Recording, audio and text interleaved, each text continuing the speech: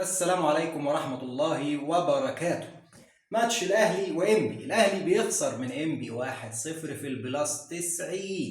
الماستر أوف سسبنس يا أهلي. مفيش أداء، هنتكلم في إيه يعني؟ أنا والله طالع الفيديو ده عشان ده اللي هيجلطني، ده اللي هو مش ده، لا مش ده، مش الأهلي اللي هيجلطني، إن اللي في الأهلي العناصر الحلوين الجامدين، اللعيبة الامامير. اكرم بيه ازاي واقف في التسلل يا اكرم بيه؟ واقف في ورا حمزه علاء بتهبب ايه مش عارف، كان واقف ورا حمزه علاء مش عارف بيقضي حاجه ولا بيقضي. انا والله واقف ورا طب قول للعيبه ان مصيده التسلل هتبوظ. انا كده عم ببوظ مصيده التسلل اللي هم عاملينها، اللي هم اصلا والكره بتتلعب بيشاوروا السلام عليكم يا حكم، الكره تسلل يا عم، احنا مطمنين الكره تسلل، احنا ظابطين التسلل. حتى حمزه ما قالوش انت واقف ورايا بتعمل ايه؟ ايه يا عم ده؟ ايه العشوائيه وايه اللي هتقول لي بدله ولا ناشئين؟ هو في ناشئين؟ هو الاهلي اصبح فيه قطاع ناشئين اصلا؟ والاستاذ اللعيب الكابتن محمد نجيب اللي جاي من الواحد خلاص هيتجنن والله. لا، احنا بندخل اي بطوله يا جماعه ودي عاده الجماهير، خلي بس الواحد يهدى كده ونفسه عشان نقول كلمتين بالعقل بصراحه يعني. الكلام ده انا خلاص هنفجر والله.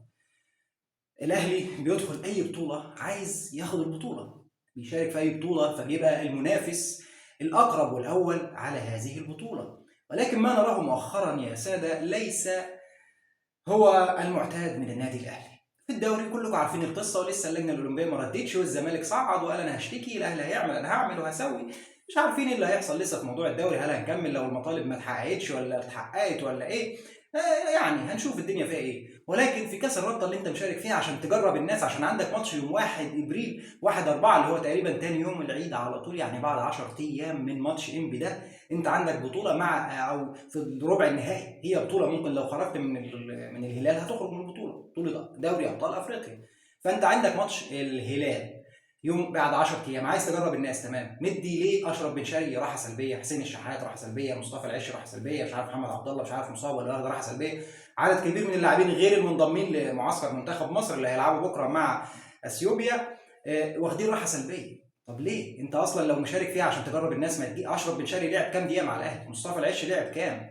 حسين الشحات يعني الوحيد اللي يستحق هو امام عاشور. ماشي، امام عاشور تعب وشارك كتير وكان بيشارك المباراه كلها وعنده ارهاق وعنده بتاع، ماشي يا سيدي.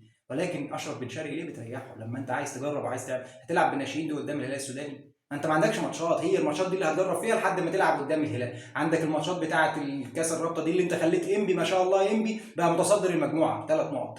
انبي الاخير في الدوري اللي مجموعته هو المجموعه الثانيه، مجموعه الهبوط، انبي رقم 0 فيها اللي هو من تحت خالص، هيهبط انبي كده كده السنه دي، فيصعد ويبقى اول المجموعه على حسابك يعني. وبعد كده عندك فاركو وطلائع الجيش برضه فوق، والاهلي اخر حاجه، الاهلي ما سجلش ولا عمل. فاركو وطلائع تقريبا كل واحد واخد نقطه، فبقى الثاني والثالث، والاهلي الرابع. على حساب مين؟ على حساب الانابيب اللي اخر مره فازوا علينا. فريق انبي ده معلومه يعني كده عرفتها على السريع، بحثت عنها، لقيت ان انبي اخر مره فاز على الاهلي في 2015 شهر 2 2015، فازوا 1-0 بهدف محمود قعود تقريبا.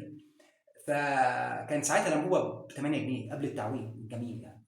فكان نشوف النهارده الانبوبه بكام يعني. يا عم الانبوبه انت وهو الفرحانين بفوز الانبي على الاهلي، واللي بتفرحوا دايما بفوز اي فريق غير فريقكم على الاهلي، المهم ان الاهلي يخسر. ولكن الاهلي النهارده ما يستحقش الفوز فعلا.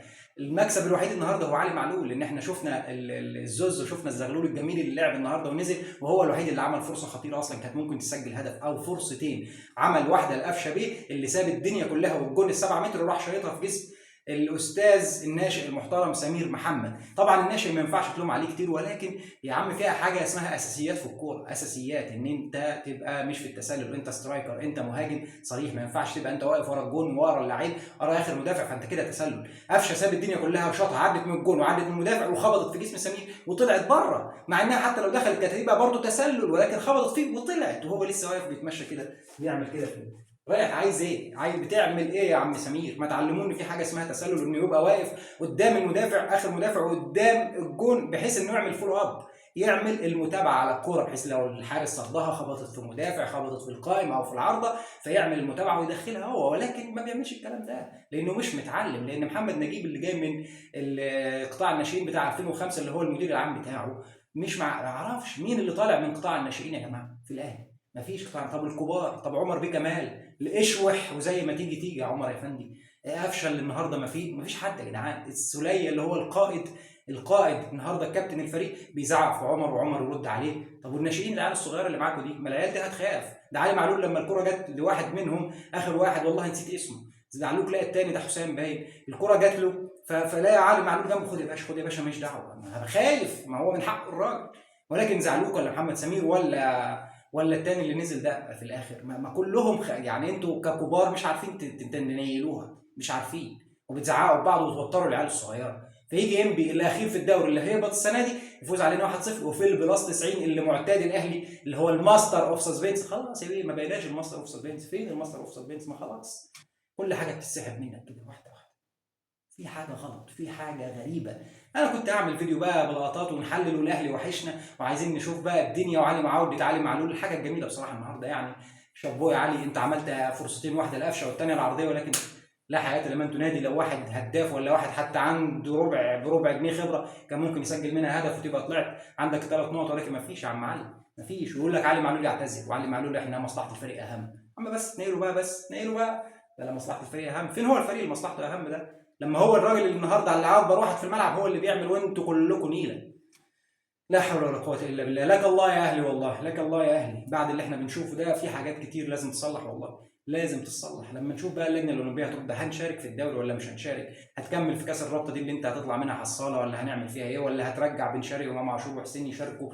ولا هتلعب الهلال السوداني ازاي انت هنا في القاهره وبعد كده رايح موريتانيا، وجاي لك كمان في البتاع في القاهره تقريبا حكم موريتاني؟ يعني اصلا لو معلومه للي مش عارف، يعني الهلال السوداني بيلعب في موريتانيا، في الدوري الموريتاني، يعني مش هنروح نلعب ماتش كده وخلاص، لا هم بيلعبوا هناك، فيعتبر على ارضهم، هم بيشاركوا هناك نظرا للظروف بتاعت اخواتنا في السودان. ربنا يفك كربهم ويعني يهدي الدنيا، وربنا ينصر اخواتنا في كل مكان، في فلسطين وفي سوريا وفي لبنان، اي مكان يا رب، جميع الدول العربيه والاسلاميه. واخيرا يعني عشان الفيديو ما طولش طولت عليكم، كل عام وانتم بخير بمناسبه دخول العشره الى اواخر من رمضان. اللهم بلغنا ليله القدر رب العالمين، وغير فيها اقدارنا الى افضل حال، اللهم امين.